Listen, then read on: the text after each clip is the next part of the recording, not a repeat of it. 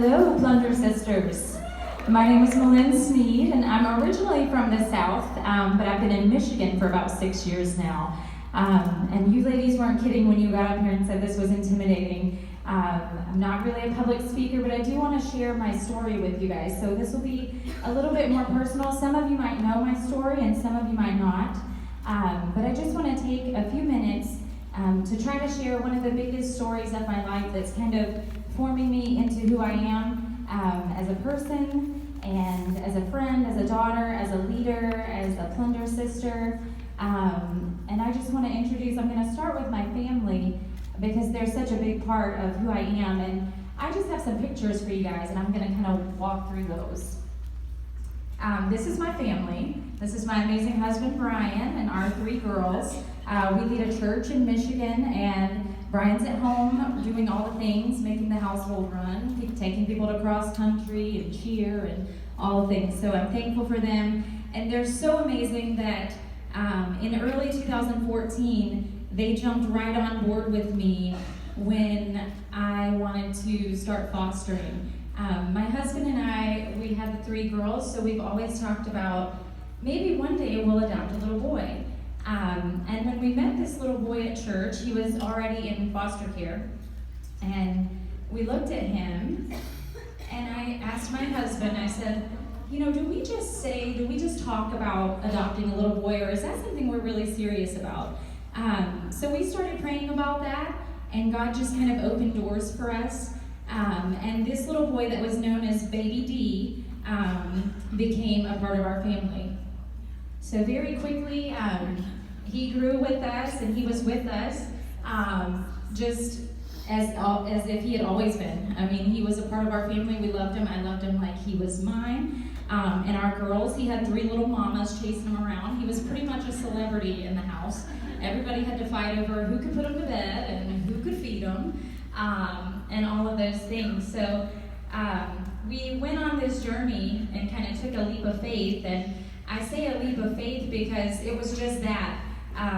We didn't know the outcome. And a lot of times, us as women, we have to be in control and we have to know what's coming. And I think we miss out on a lot of things because we don't take that first step because we're afraid of knowing the outcome. And that was what we did with fostering, because we didn't know if we would be able to adopt this little boy, if he would actually become, officially a Sneed, or if we were just going to love him for the time that he was placed with us, and then God had a different plan for his life, or what was going to happen. But we decided, let's take this step. And fostering, I'm sure with this many women in the room that some of you do it, and some of you have adopted, and you're amazing. Foster care is crazy because you don't know, you're just loving a child. You don't know what's going to happen with them, and they may go back into a different situation, or they may become a part of your family. So it was a lot of unknowns. It was a really roller coaster kind of battle. And so when it had been almost 2 years, and then the long-awaited day came where we did get to adopt Camden Davis Sneed. And that was December 23rd, 2015. It was almost Christmas, and it was the best Christmas. My girls said he was the best Christmas present ever, and that he was. So you can see all of our friends and our family celebrating with us in the back, because, after almost a 2-year journey of not knowing, on this day, I felt so much peace. I felt, okay, he's ours. Nobody can ever take him. He's officially a Sneed. Even though he had been a part of our family, on this day, everything became official. And those of you that have been through adoption, you know what that feels like, and it's just a super special day. So this was our gotcha day. And then we never could have foreseen what was coming just 3 weeks later. So we went from the best day of our lives to the worst day. And I'm going to try not to cry, but I probably will. So 3 weeks later, when I went to wake up our little boy, he was not breathing. So the peace that I had felt 3 weeks before was gone. The joy that we had experienced. I mean, this was the hardest of hards, like having to go choose burial plots and pick out the outfit that your son, your 2.5-year-old son, is going to be buried in.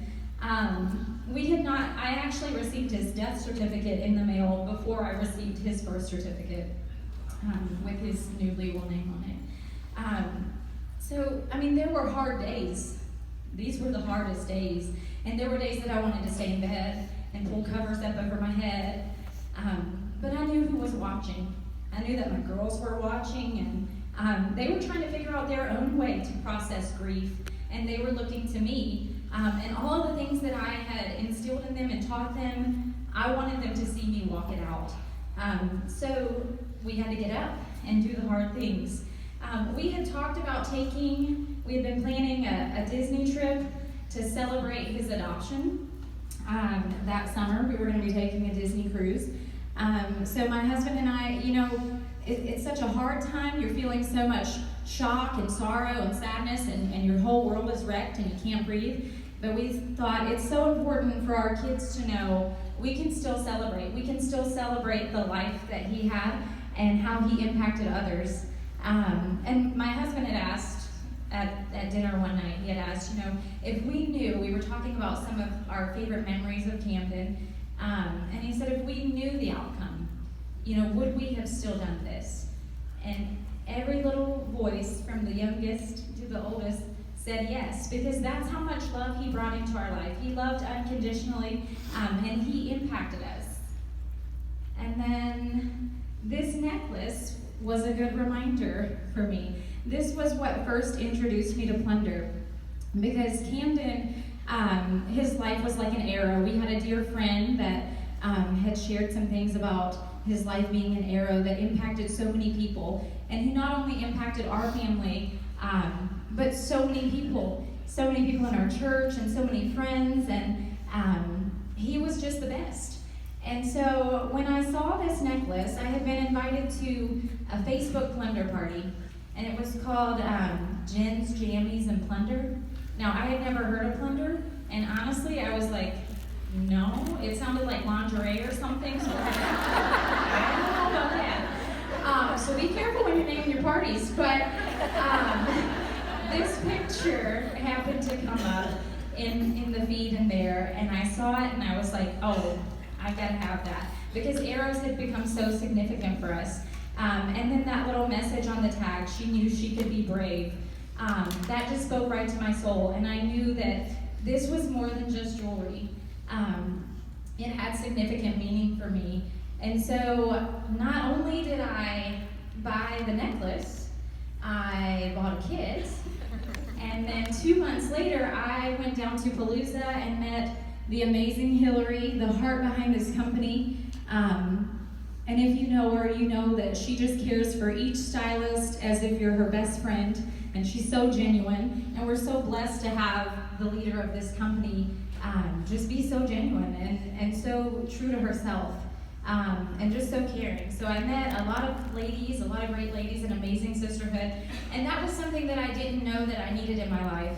I was transitioning. I had rearranged life to stay at home with a 2-year-old when we adopted our son, and now I found myself, all my kids were in school, and here I was alone at home, kind of wondering, well, what am I supposed to do now? So I was kind of looking for new purpose, and ways to get up and get out of the darkest season of my life. So this sisterhood was really crucial in doing that, and not just because people knew my story. A lot of people didn't know my story, and I think that was kind of refreshing, because I live in a small town where everybody knew my story, and when you walk into a place, I felt sad that people felt sad for me. I just wanted to try to find some kind of joy and some kind of way to keep moving, and this sisterhood did that for me. There was so much encouragement, whether they knew me on a personal level or not.